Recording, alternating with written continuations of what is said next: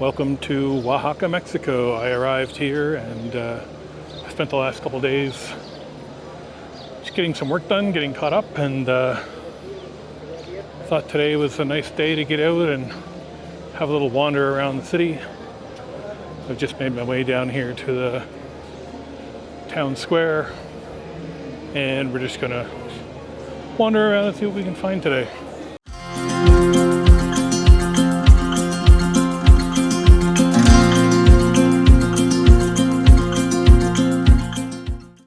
It is about 25 degrees Celsius today, which is very pleasant for me for this time of year, so that's great.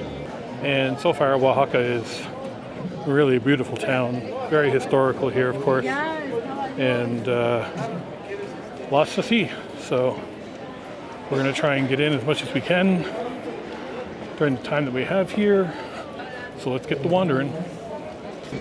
So we're just in front of here, the Metropolitan Cathedral in Oaxaca. This building is 500 years old. It was started in 1535 and consecrated finally in 1733 and has been in active use ever since.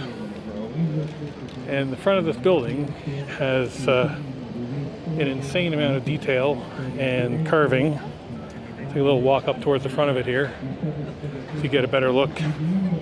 As with, most cities here in Mexico, the cathedral is sort of the center point of the city. This place was started shortly after the Spanish conquest of Mexico in the 1520s. And over on the side, we have some very cool looking statues. So there's 5 statues here. They are actually an art installation, which is here till the end of the year in Oaxaca. And it's known as the Procession of the Giants.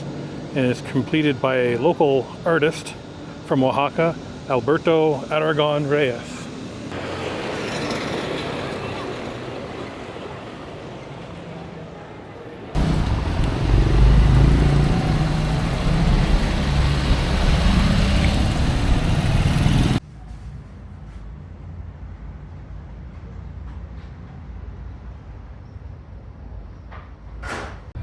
So as you probably saw in that clip, I stumbled across a cat cafe and couldn't help myself. So I was there for about an hour hanging out with some cool cats, and I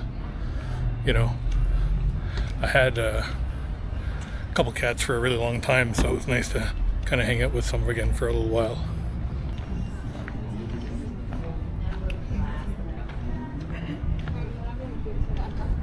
So this is the side view. We're going to go around to the front.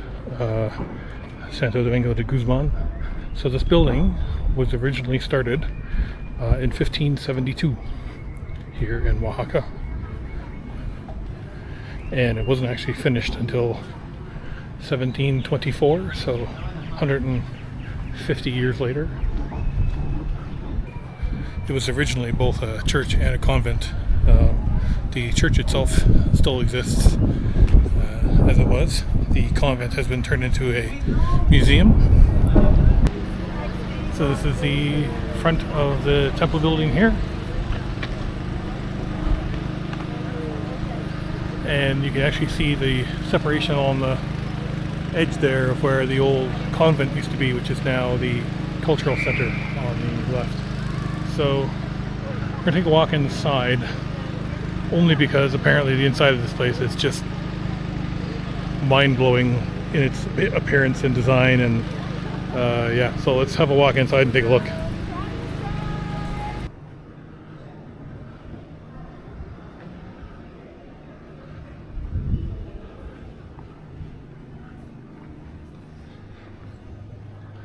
And here's where you can see why it's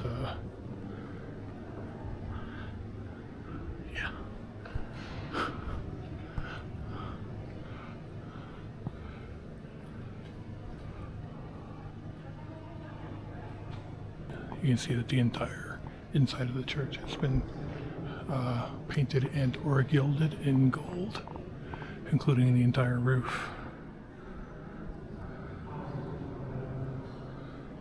I'm going to grab a few stills here as well, so the colors will show up even better that way.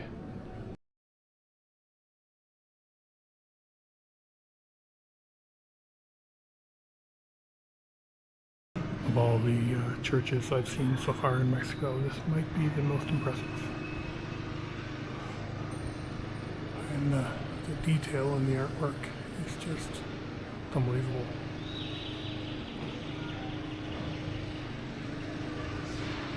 That church was just amazing. Yeah, again, as I've said before, I'm not by any means a religious person, but you know, some of these churches and cathedrals and houses of worship are just amazing. Like, they're just amazing from a archaeological perspective, from a historical perspective, from a you know, archaeological standpoint. Like, just, it's amazing that these buildings have been here for hundreds of years and have so much detail to them and everything else that you know, and most of these cities have also grown up around the center of these giant churches when they were first built after the Spanish came here in the 1500s. So we're going to take a walk into the cultural center here next door. Those bird whistle toys are almost as annoying as those Jaguar whistles were in Mexico City. Anyway, we're going to take a walk inside the cultural center here and have a look around and see what's inside.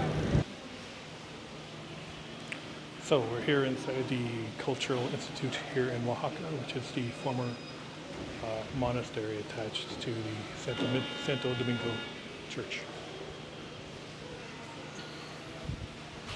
There's a bunch of different rooms here that we're going to go check out, and yeah, this place has been beautifully restored as well.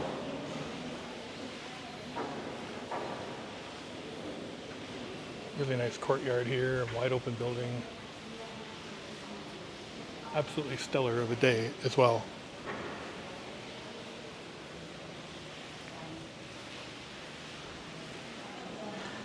As you walk around, you can see that some of the art has been recreated here along the tops of these columns and on the ceilings here as well. Absolutely beautiful building. Again, this would have been built around the same time as the cathedral itself. So we're talking late 1500s to 1700s. With the original fountain here in the middle.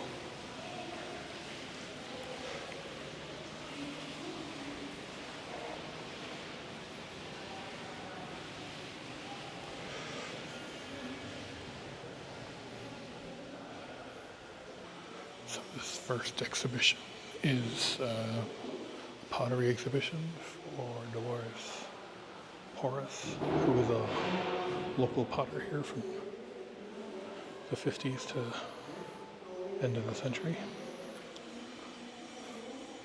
You see a bunch of the different works here. Beautiful work.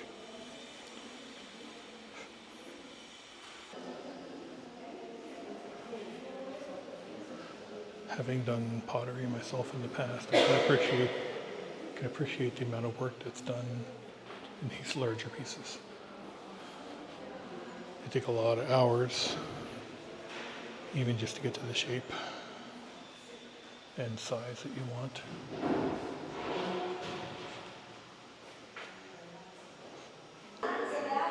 So this one here is, looks like maybe her son, Bertin Sergio Regino Porras, 2024 iguanas, and that is amazing.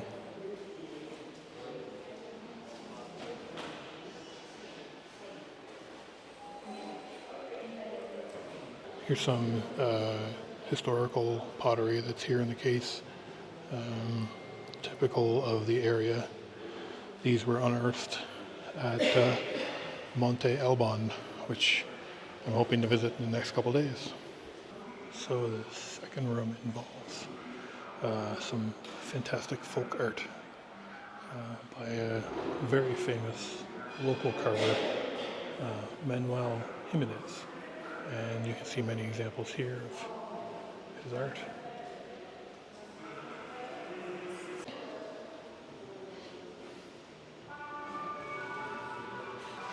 So according to information here on the wall, it says that he started working in 1927.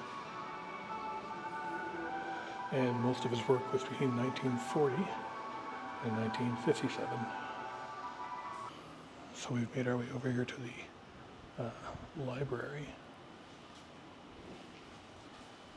And one of the first things you're greeted with are these glyphs from between 700 and 400 BC.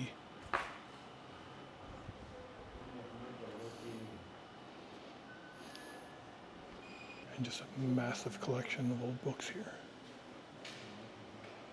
This one here is from 1558.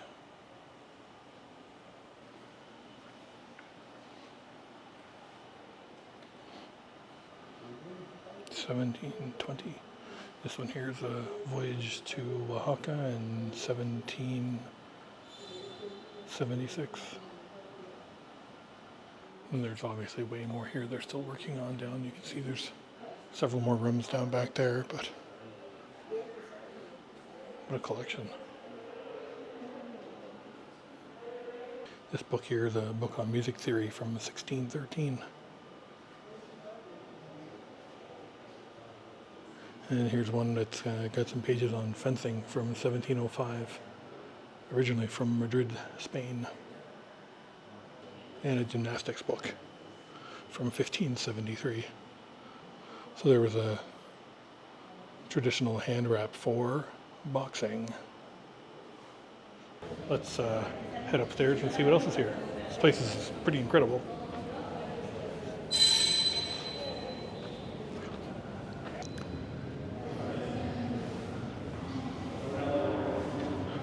So we're up here on the second floor, and we're into more of some of the ancient history stuff that's kept here in a museum. So some of this stuff is dated from 1150 to 850.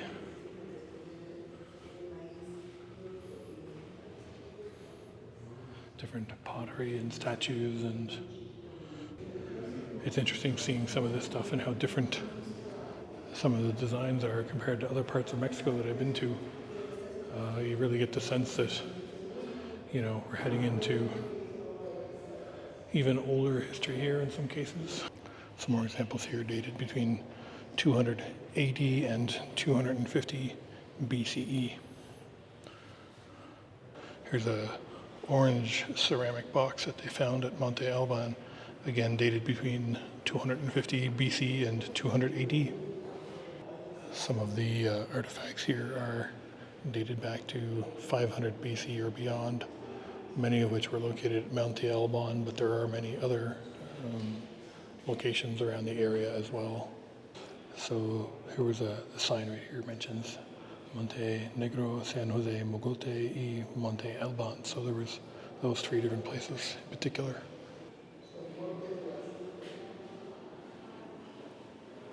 Very cool exhibit here. If you are in Oaxaca, definitely come to the Cultural Center next to the cathedral. Tons of information here, you know, walking through modern art and folk art, going right back through to almost prehistory here upstairs in this more historical area of the museum. Here's a shot of the outdoor grounds here. So this is on the back side of the cathedral and cultural center. You can see they have a really nice gardens here.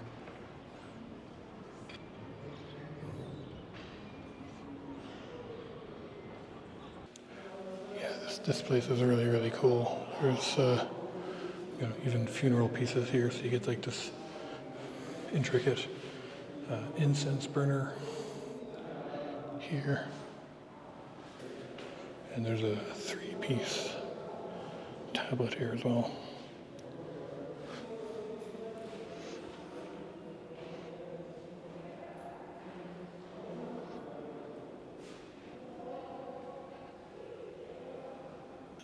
And here we have an example of a Zapotec calendar,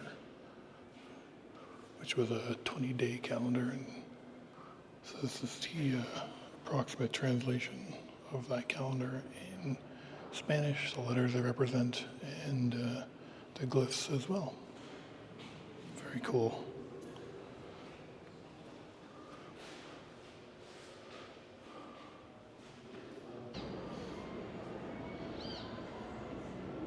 So of course by 1519 the Spanish invaded and began to conquer what is now Mexico. And the battle for Oaxaca actually began in 1520 and lasted for over 30 years before it was finally completed. This is a shot of Cortez, who was, of course, in charge of the initial occupation efforts in Mexico. And this painting is a representation of a portrait from 1525. And the rest of this room deals with the conquests of Oaxaca as well, showing off some of the military equipment that the Spanish brought in order to fight the locals here in Oaxaca and other areas. So this is a 19th century replica of the types of equipment that the Spanish were wearing in the 16th century when they first came to Mexico. Here's an example here of a chainmail jacket with a helmet.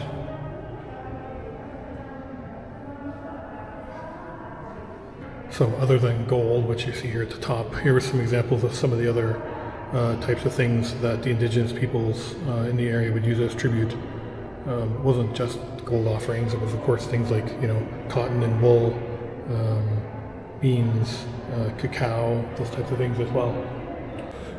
So by 1546 there was actually a rebellion by the locals against the Spanish conquest, and that obviously was quashed as well, but it really showed that for many years after the arrival of the Spanish that there were many fights that ensued between the conquering Spanish and the indigenous locals trying to save their culture and history, which within a few years was replaced with ideologies of Christian faith in an effort to bury the local history, customs, and religions.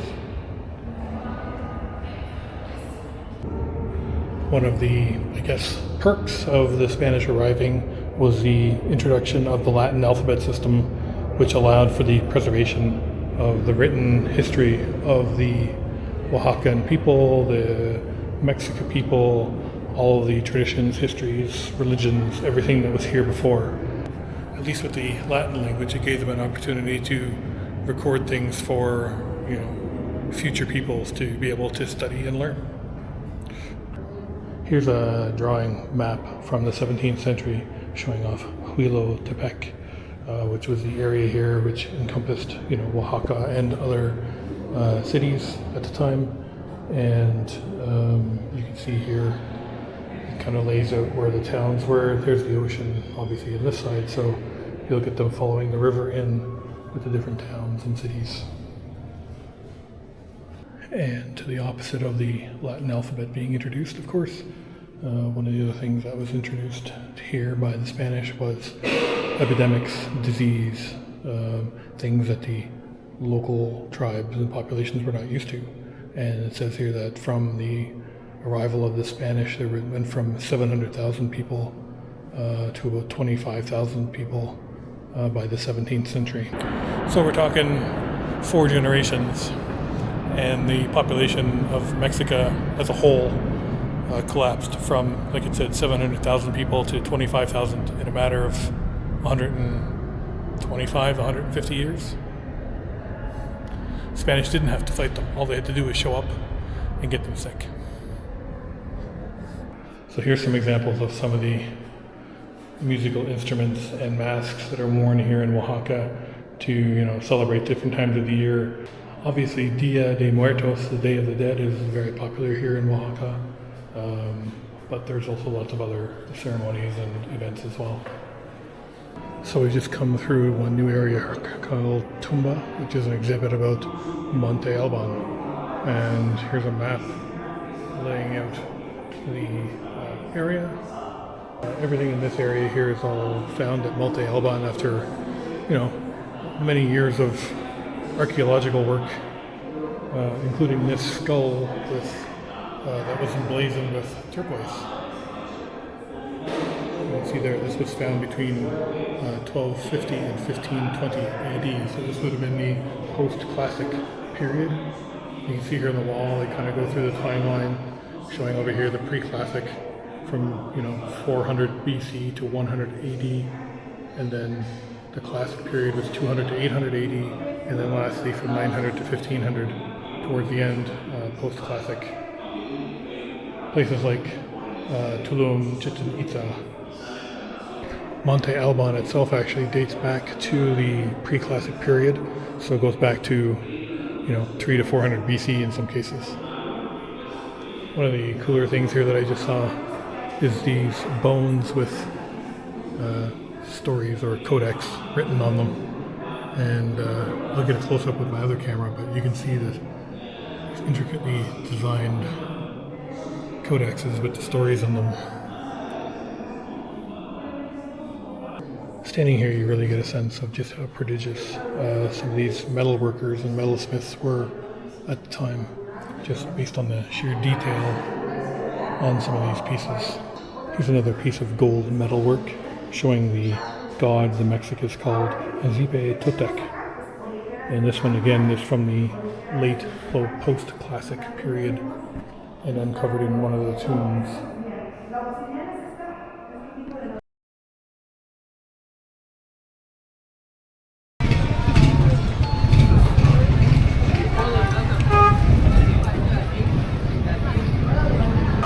Good afternoon and welcome to the chaos. We are here in Oaxaca on Saturday afternoon at the downtown market.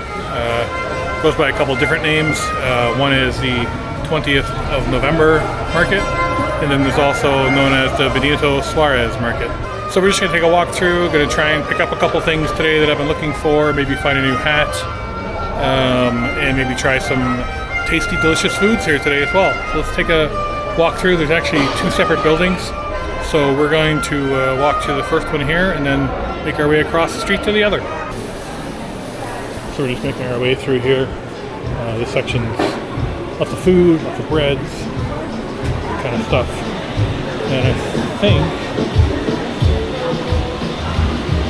think this side's primarily going to be food. Buenas tardes.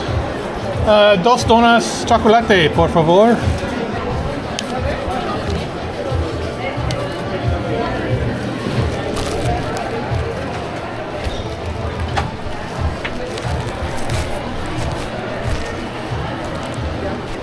Alright, 2 donuts down. Let's see what else we can find. I wouldn't mind having another coffee. I had some coffee with breakfast, but it was pretty milky, so I wouldn't mind finding another coffee somewhere.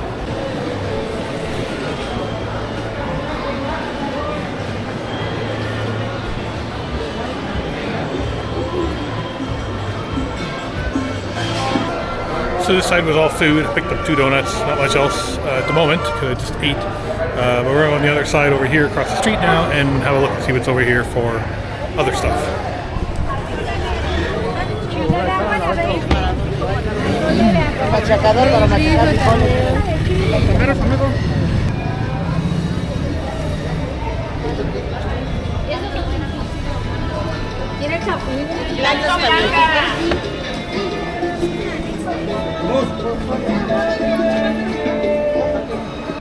Well, still walking around, still trying to find a few things, but not too much luck so far. There was a whole section of leather goods, but that's not what I'm looking for.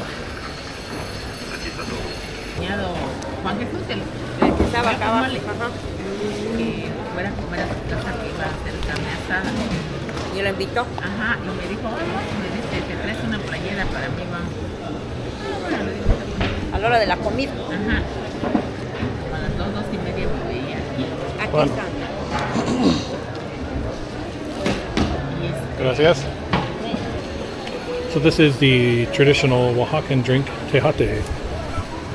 Tejate has been made in this region for hundreds, thousands of years. And it's a combination of a corn drink and cacao, and then you'll notice that on top there's actually more cacao powder that as you drink it, it dissolves and it all kind of comes together as a flavor. So let's give it a try. Bottoms up.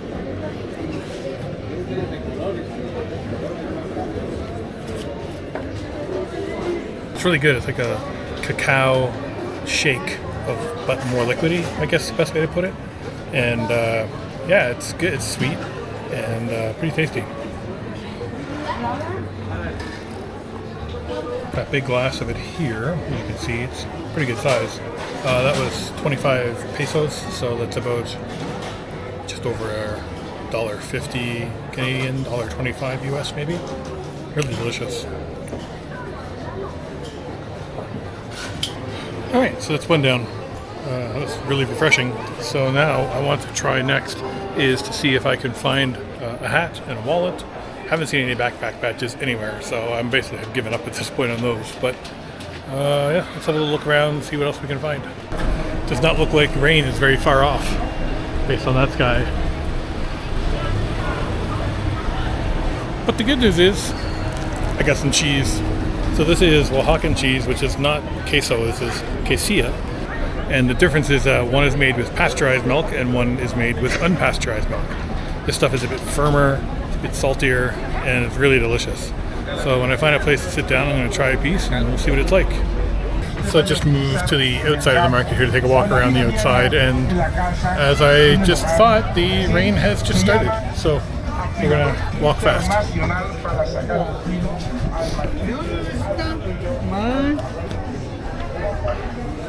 Although it may not be too bad.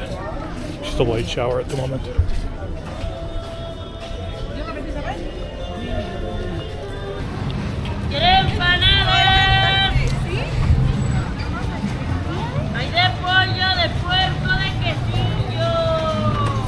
Well, no luck with the wallet or the hat, but I did get some cheese and some donuts and a drink, so we're making progress.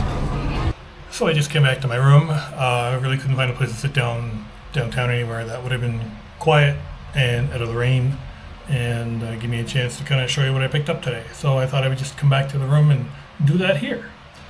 So some of the things I picked up today are traditional, some are not, but a little bit of everything, except variety is the spice of life after all. So I obviously tried that Tejate drink down at the market, which was delicious. I highly recommend it if you come to Oaxaca and you're in the market and you're looking for something to drink. Usually you can find their giant bowls of what looks like cold hot chocolate is the only best way I can describe it, with the cacao powder on top. Highly recommend it. It's pretty well all made the same and should taste the same, so just give it a try. You won't want to miss it.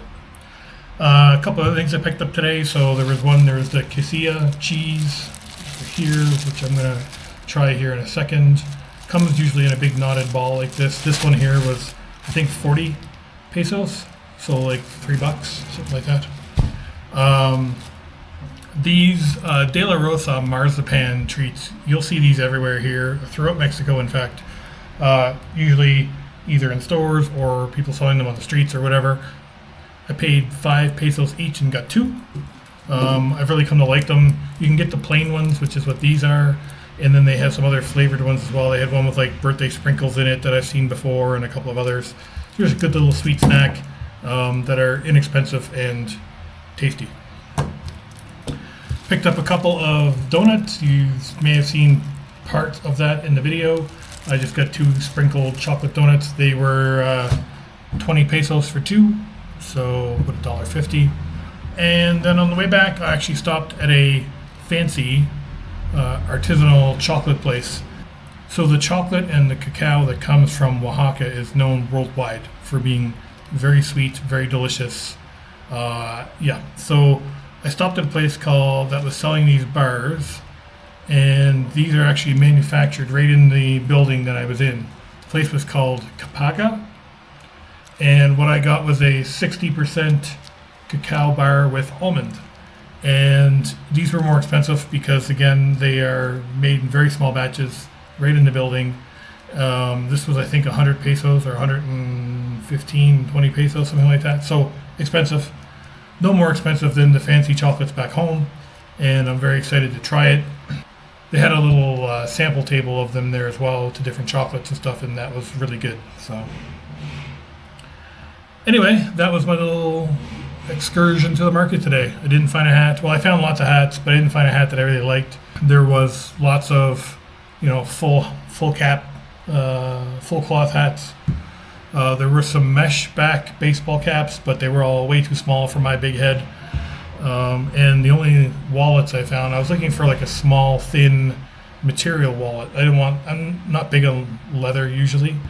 And I already have a leather wallet back home, but I was looking for just like a cheap, like a small, almost like a Velcro-y, I guess, black material wallet, and nobody had any of those. There was a million leather wallets, but nothing in terms of exactly what I wanted. So maybe I'm just too picky.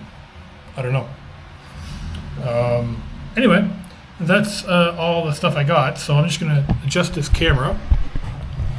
So, and we're just gonna try a piece of this Casilla cheese. Because I've heard so many good things about it. And, oh, perfect, I found the end right away. So it just tears off. It's almost like a mozzarella cheese. So when you tear off a piece, again, the smaller ones are, about the size of a billiard ball. And then they had larger ones as well that were more like a softball sized. But this is probably all you really need if you just want to try some of it. So as you tear it apart, you can see it gets really stringy.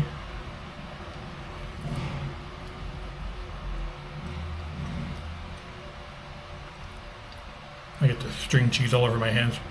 Yeah, the stuff is, oof, so good.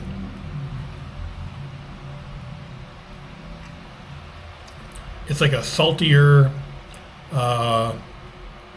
mozza cheese, but it's got like a slightly different flavor to it as well. So it's hard to describe, but it's really good. You get it on a lot of things around here, like omelets and those types of things. They put this cheese on it instead of, what you would think of as regular cheese, I guess. But this stuff is, yeah, I love cheese anyway. Cheese and bacon are the two things in the world that, if they ever went away, I don't know what I would do with myself. This is some top tier cheese.